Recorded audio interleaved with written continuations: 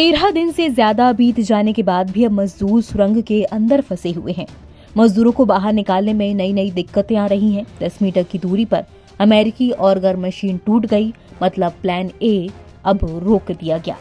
तो अब plan B को एक्टिव किया जाएगा और वर्टिकल ड्रिलिंग शुरू की जाएगी। ऑर्गर मशीन के टूटने से मशीन का एक बड़ा हिस्सा वहां फंस गया है। अब पहले मशीन के उस हिस्से को निकाला जाएगा जिसके लिए हैदराबाद से प्लाज्मा कटर बुलाया जा रहा है, और अब सीधे प्लान बी पर फोकस की तैयारी है। पहाड़ के सबसे ऊपरी हिस्से पर मशीन को ले जाकर खुदाई की तैयारी की जा रही है। वहां वर्टिकल ड्रिलिंग कर ऊपर से सुरंग के अंदर जाकर मजदूरों को बचाने का प्लान है, जो कि खतरों से भरा हुआ है। इस बीच भारतीय राष्ट्रीय राजमार्ग प्राधिकरण यानी कि national highways authority of India के मेंबर विशाल चौहान ने तमाम बाधाओं को लेकर कहा कि ये हिमालय के भूविज्ञान से जुड़ा मामला है, इसे समझना आसान नहीं है। उन्होंने कहा कि हिमालय के जियोलॉजी को समझना आसान नहीं है, जैसा कि लोगों को लगता है।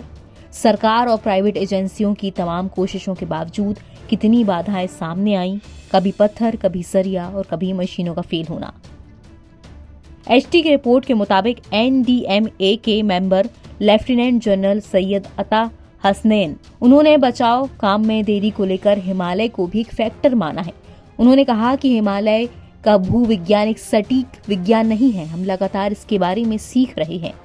मतलब हिमालय भूविज्ञान को समझना आसान नहीं है, जिसे समझकर ये पता किया जा सके कि रास्ते में कितनी बाधाएं आ सकती हैं।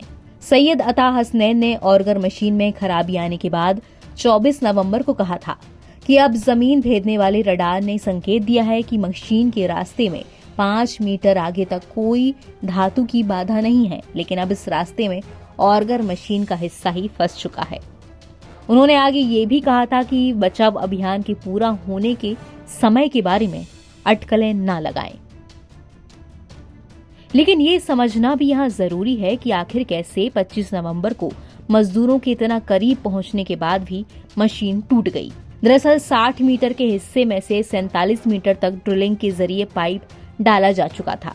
मजदूरों तक पहुंचने में करीब 10 से 13 मीटर की दूरी रह गई थी, लेकिन सरिया बीच में आने से मशीन रुकी। मशीन पर ज्यादा प्रेशर दिया तो अमेरिकी ऑर्गर मशीन ने हथियार डाल दिए और वो 2 हिस्सों में टूट गई।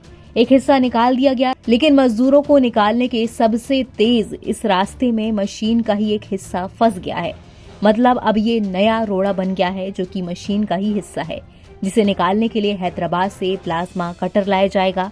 जब मशीन का फंसा हुआ हिस्सा निकल जाएगा तब दोबारा यहाँ से काम शुरू हो सकेगा। तब तक प्लान बी पर काम चलेगा, जो कि खतरों से भरा हुआ है।